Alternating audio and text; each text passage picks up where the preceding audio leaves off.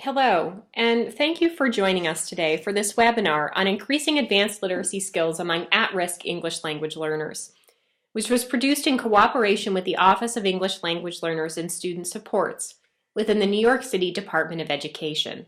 Today, in this webinar, we'll be tackling one pressing issue that impacts many English language learners educated in our elementary and middle schools today. Namely, many English language learners appear to be developing early word reading skills, but they are not fully developing the skills that are so central to the comprehension of complex text. To truly unpack the difficulties that our students face as they progress through the upper grades, let's take a moment to think about the skills that contribute to the successful reading of a passage like this, which was written for fifth graders. If we take a minute to think about the skills that a reader might need, we might first think of the skills that he would need to read the words on the page. For example, a student would need to know the sound for H and recognize the IGH family to read the word high. In addition, a student would need to be able to break the word speed into its four component sounds and then blend these together to read the word successfully. And by fifth grade, a student would need to read fairly quickly, about 115 words correct per minute, if he is to hold in mind what he read at the beginning of the passage by the time he reaches the end. But this is not an exhaustive list of the skills a student would need. He would also need a host of cognitive strategies. For example, to recognize when he was not comprehending the text and being able to take action by rereading. He would need a degree of interest and motivation to be able to persist through reading. He would need an understanding of the language in the passage. He would also need to bring relevant background knowledge to the reading of a passage such as this. For example, having ridden on a train or seen a train before. And of course, let's not forget the important role that vocabulary plays. In contrast to the language that we use each and every day when speaking, the language of text is often very different. For example, the way the word service is used in this passage is very unlike the way that we use the word when speaking conversationally with friends. Now in our work, where we're primarily concerned with understanding the difficulties that students encounter when reading complex text, we like to place these skills into two discrete buckets. The first bucket is code-based skills, or the skills that a student needs to read the words on a printed page. For most students, these skills are developed in the early years of elementary school and can be mastered within 2 to 3 years with explicit and intensive instruction. In contrast, meaning-based skills, or the skills that are necessary to understand the meaning of a passage, develop throughout the life course. For example, adults are still developing vocabulary and relevant background knowledge needed to read and understand a complex text. To think about how these reading skills develop in English language learners, let's turn to a study. In this study, Lasso and colleagues followed English language learners from age 4.5 before their entrance into U.S. elementary schools until age 14. In this study, students' word reading skills and word knowledge skills were measured at different points in their development. From looking at this data, we noticed some interesting trends in how these skills developed over time.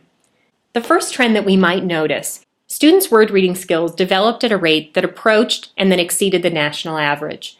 In other words, these students were able to read words as quickly and accurately as their monolingual English-speaking peers.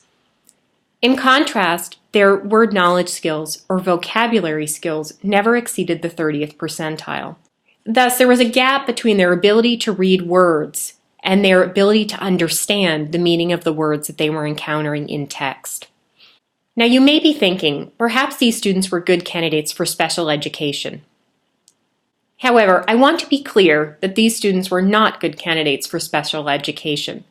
A third finding of this study, in fact, was that our English language learner sample was acquiring more words and their vocabulary was growing at a faster rate than their monolingual English peers. However, this was still not enough for them to catch up by the end of 8th grade. Of course, this difference between students' ability to read words and knowledge of what the words meant impacted their reading comprehension over time. And so at 5th grade, students in this sample were in fact reading at a 2nd grade level. If we take the findings from this study together, the message is quite clear. Without more targeted instruction, our English language learners and former English language learners simply do not catch up to their monolingual peers. These students' difficulties were exposed and exacerbated over time with each consecutive year of schooling in which the text became more difficult. A common approach in our schools today for tackling the difficulties that English language learners face is to provide them with supplementary instruction that exists outside the confines of the regular day-to-day instruction that they're receiving. However, results of a second study raise questions about this common approach. In this study, Lasso and colleagues examined the many skills that contribute to successful reading in both native English speakers and in English language learners. When we look at the data, we see some striking similarities in their performance. Notably, for both our native English speakers and our English language learners, their word reading accuracy or ability to read words printed on a page exceeded the national average. This is in sharp contrast to their overall vocabulary skills, which was below the national average for both groups of students. And of course, we can see the impact that this had on their reading comprehension. In summary, when we look at English language learners and their monolingual peers in schools serving high numbers of children living in poverty, we often see similarities across their performances. This suggests to us that one high leverage approach may be to bolster the instructional core to think deeply about the day-to-day instruction that we provide to our students. In summary, by middle school, many English language learners and English-only speakers have established the foundational word reading skills that they need to tackle complex texts. However, their low levels of vocabulary knowledge impair their reading comprehension skills over time. What both groups of students need is intensive instruction that builds these skills over time, day to day, each and every day. So what does this mean for our instruction? In this webinar, we focus on one key instructional shift, which begins in kindergarten and continues throughout a child's schooling.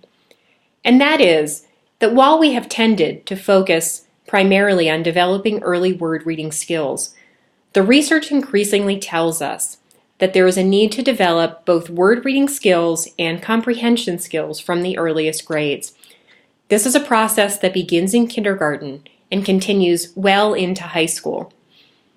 One method for shifting the instructional focus from basic word reading skills to those skills that map very closely to reading comprehension, such as vocabulary, is to begin to focus explicitly on teaching words as an entry point into teaching language more broadly.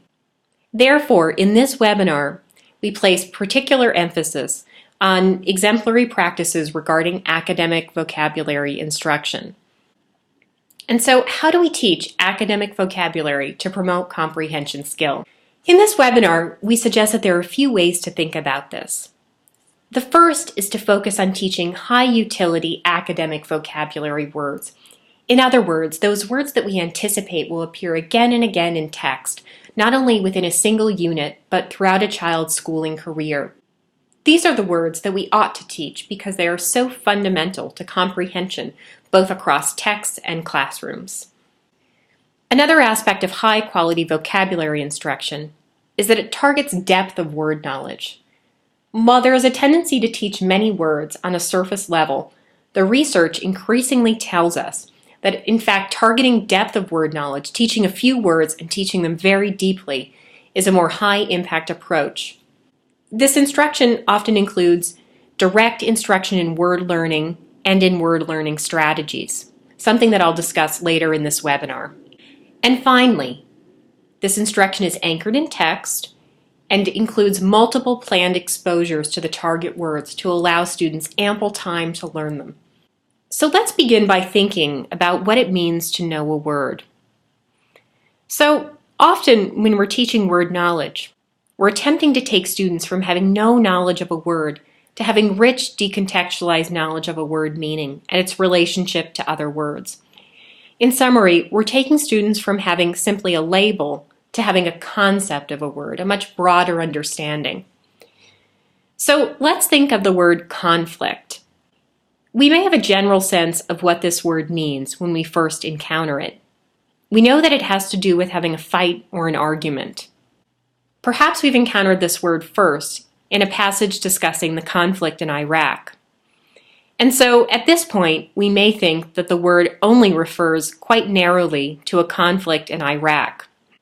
As we progress in our word knowledge, though, we start to understand that conflict means a clash over something. But we may not yet be able to use the word appropriately in a sentence.